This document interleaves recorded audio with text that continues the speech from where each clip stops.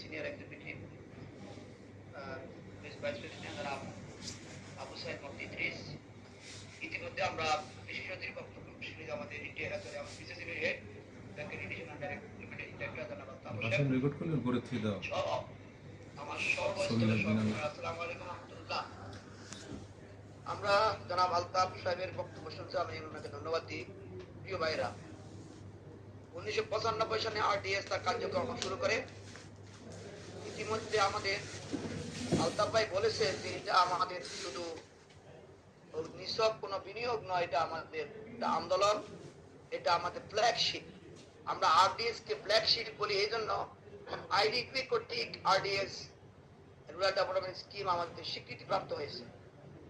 অর্থাৎ এই ক্ষেত্রে আমরা যে ভূমিকা রেখেছি এটা অনস্বীকার্য। আমরা ইতিমধ্যে আরডিএস এর আলহামদুলিল্লাহ আমাদের 341টি ব্রাঞ্চ, 43টি সাব ব্রাঞ্চ এবং 135টি এজেন্ট আউটলেটের মাধ্যমে আমরা 17,60,550 জন আমাদের মেম্বার, আমাদের ক্লায়েন্ট 8,52,081 এবং আমাদের 3,300 কর্মী, বিশাল কর্মী সারা বাংলাদেশ প্রত্যন্ত অঞ্চলে জড়িয়ে আছে। আপনাদের কষ্ট, আমাদের সব এবং আস্থা এগিয়ে ইসলামী ব্যাংক এগিয়ে যাচ্ছে। আমরা জানি যে ইসলামী ব্যাংক একমাত্র আরডিএস প্রকল্পেই এরা রিকভারি প্রায় 99%। আমাদের কোন স্কিম কোনো কিছু বিনিয়োগে 99% না, যদিও এই মুহূর্তে একটু কম আছে। হাওয়ার আমরা আশা করি যে আপনারা স্বতঃস্ফূর্তভাবে কাজ করছেন।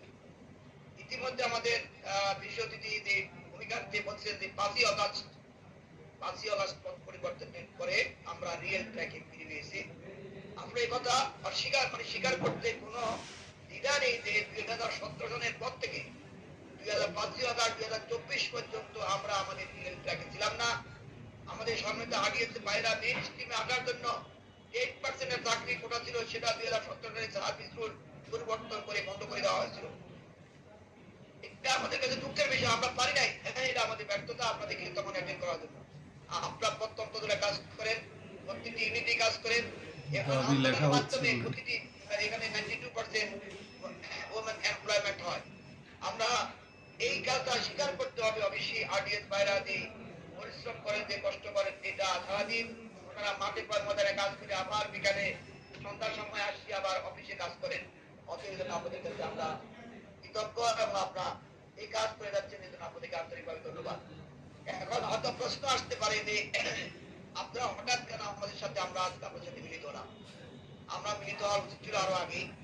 গত ডিসেম্বর মাসে আপনারা কিছু যৌক্তিক দাবি, আমি এটাকে যৌক্তিক দাবি, যৌক্তিক দাবি জানানি আপনারা এসেছিলেন। আমরা কথা দিয়েছিলাম যে আপনাদের যৌক্তিক দাবিগুলো অবশ্যই আমরা মেনে নেব এবং সাবসিকুয়েন্টলি আমাদের এসআরএড সহ আমাদের সিএসআরও এবং আমরা পুরো সিনিয়র ম্যানেজমেন্ট টিম আপনাদের এই এসআর পলিসি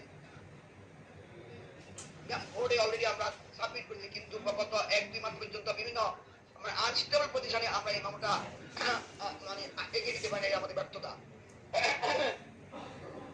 আজকে একটি বোর্ড মিটিং ছিল।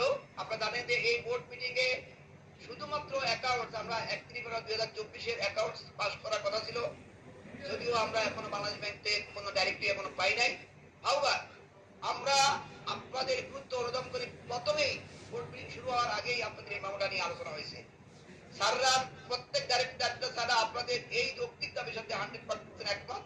কিছু হয়তো আমাদেরকে একটু রিপেয়ারিং করে ওনারা বলছে সাবসিকুয়েন্ট বোর্ডে অবশ্যই পাস করবে, এতে কোনো সন্দেহের অবকাশ না। আমি বিঙ্গে managing director of CC immediately ইনশাআল্লাহ যত তাড়াতাড়ি সম্ভব এটা পাস হয়ে যাবে 3বার বললাম। এই জন্য আপনারা হয়তো বলবেন স্যার অতীতে তো অনেক কথা দিয়েছেন। না, আমরা কথাস্থলে কথা নাই, কথা দিই নেই। আমরা নিতান্তই আপনাদের জন্য কাজ করতেছি। এটা আল্লাহকে হাদিম নেতৃত্বে আমি সাক্ষী হিসাবে, আমার সিনিয়র ম্যানেজমেন্ট আছে আমাদের সাথে, আমরা খুবই গুরুত্ব সহকারে আপনাদের কাজ করছি। হ্যাঁ, আমরা নিউলি এটাকে অ্যাড্রেস করতে হবে, এটা আমাদের ব্যর্থতা। কারণ বোর্ডে অনেকদিন থেকে মেমো ছিল, ইতিমধ্যে এমপি সাহেব ছিলেন না, তারপরে চেয়ারম্যান সাহেবের কিছু মানে উনি আবার সৌদি আরব গেছেন, বিভিন্ন কারণ ছিল, যৌক্তিক কিছু কারণ ছিল, এটা আমাদের ব্যর্থতা জানানো হবে। তবে আমি আমার আরডিএস এর সভাপতি থেকে বিনীত অনুরোধ করবো, আমরা সবাই মিলে এই প্ল্যান প্রতিষ্ঠানকে আমরা এগিয়ে নিয়ে যাবো। ইতিমধ্যে আমরা আলতাফ ভাই কিছু ইঙ্গিত করেছেন। আমরা যখন কার্যক্রম 2005 আগস্ট শুরু করছি আমাদের জামালতে মজুমদার ভাই সহ, তখন আপনারা নিশ্চয়ই স্বীকার করবেন আমাদের ক্যাশ কাউন্টারে টাকা ছিল না। আমাদের হাউসে চেক বাউন্স হতো, আমাদের পেমেন্ট অর্ডার করা হতো না, অনেক এটা ইনজুরি আমরা কাটিয়ে উঠছি আলহামদুলিল্লাহ। আলহামদুলিল্লাহ এটা আপনাদের সহযোগিতা, আপনাদের সার্বিক কর্মপ্রচেষ্টার পক্ষেই এটা সম্ভব হয়েছে। এমন পাবলিক কনফিডেন্স আস্তে আস্তে ফেরত আসছে। এই কথা বলতে দ্বিধা নেই যে আমরা যখন কার্যক্রম শুরু করি 5 অগাস্টে পরে, তখন আমাদের বাংলাদেশ ব্যাংকে যে অ্যাকাউন্ট মেনটেন করি যেটা প্রায় 6,500 কোটি টাকা থাকার কথা, সেটা আমরা পেয়েছিলাম 2308 কোটি টাকা মাইনাস। সেই মাইনাস থেকে অতিক্রম করে আমরা এখন আলহামদুলিল্লাহ প্রায় 5,000 কোটি টাকা আমরা প্লাস হয়েছে, এবং ইতিমধ্যে এই বছরেই আমাদের 5,000 কোটি টাকা ডিপোজিট বাড়েছে। এই সার্বিক কর্মী বাহিনী এই কাজগুলো করেছেন। এক্ষেত্রে আপনাদের ভূমিকা অনস্বীকার্য, আপনারা এই কাজটা ভূমিকা রেখেছেন। আমি দেখেছি আপনাদের এখানে সেভিংসে প্রায় 200 কোটি টাকা, 200 না 2,000 কোটি টাকার উপর আপনার সেভিংস অ্যাকাউন্টে আছে। তো এটা কিন্তু আপনাদের এই প্রসেসটা অব্যাহত থাকবে ইনশাল্লাহ। আমরা ইতিমধ্যে আপনাদের জন্য প্রপারলি অত অ্যাড্রেস করতে পারবি নাই, এটা আমার ব্যর্থতা, আমি স্বীকার করে দিচ্ছি।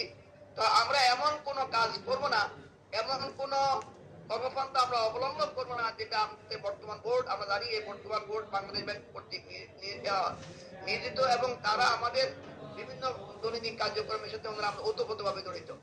অতএব এই বোর্ডকে আমরা সহায়তা করা এবং আপনাদের ব্যাপারে প্রত্যেকটি মেম্বারের সাথে আমি কথা বলেছি, এবং প্রত্যেকটি মেম্বার আপনাদের এই যৌক্তিক দাবি পাবে একমত, এবং আমি একজনও দ্বিমত পোষণ করি নাই।